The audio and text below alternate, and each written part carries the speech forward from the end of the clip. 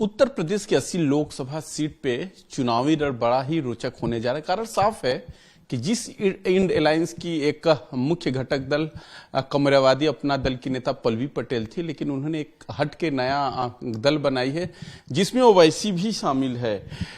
माना जाए कि इंड अलायंस आपके जाने से कमजोर हो गया। देखिए, 2022 में हम गठबंधन में आए और उसके बाद इंडिया अलायंस बना और लगातार हमारा ये प्रयास रहा कि इंडिया अलायंस को हम अपनी मौजूदगी में बहुत मजबूती देने का काम करें। लेकिन आज परिस्थितियां ऐसी आ गई और जिस प्रकार से अखिलेश जी ने हमको एकदम से धोखा दिया, तो ऐसे में हम राजनीतिक दल हैं और चुनाव का माहौल चल रहा है, तो चुनाव जरूर लड़ेंगे और जन भावनाओं को देखते हुए और उनको एक विकल्प देने का काम हमने किया है। लेकिन कौन से दल हो गए? चलिए, कल तो क्लियर हो गया, जो सीनियरियो बना कि आपके साथ ओवैसी आ गए, आप है, और भी किसी आने की गुंजाइश बची है? जैसे हम स्वामी प्रसाद मौर्य की बात करें, वो भी नाराज होके ही गए थे समाजवादी पार्टी से। देखिए, कल जो पीडीएम मोर्चा हमारा बना, पिछड़ा दलित मुसलमान न्याय मोर्चा, उसमें हमारे साथ मंच पे प्रगतिशील मानव समाज पार्टी के राष्ट्रीय अध्यक्ष भी थे, उनकी पार्टी हमारे साथ शामिल है, प्रेमचंद बिंद जी। राष्ट्रोदय पार्टी के बाबूराम पाल जी की पार्टी हमारे साथ है, माननीय ओवैसी जी हैं ही, और हम लोग साथ में हैं।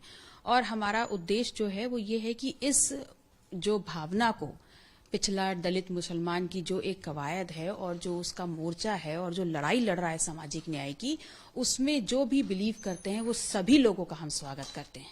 और रही बात स्वामी प्रसाद मौर्य जी की, तो बहुत ही कद्दावर नेता हैं जिन्होंने एक लंबे टाइम तक सामाजिक न्याय की लड़ाई लड़ी है, तो वो निसंदेह हमारे साथ हैं और बस उनका आशीर्वाद। कुशीनगर वो चुनाव लड़ रहे हैं, तो क्या पीडीएम उनके फेवर में खड़ा होगा? पीडीएम वहां कैंडिडेट नहीं देगा? देखिए, हम बिल्कुल उनके फेवर में रहेंगे। वो अगर हमको प्रचार पे भी बुलाएंगे तो हम वहां भी जाएंगे। माना जाए कैंडिडेट नहीं देंगे आप? बिल्कुल नहीं देंगे।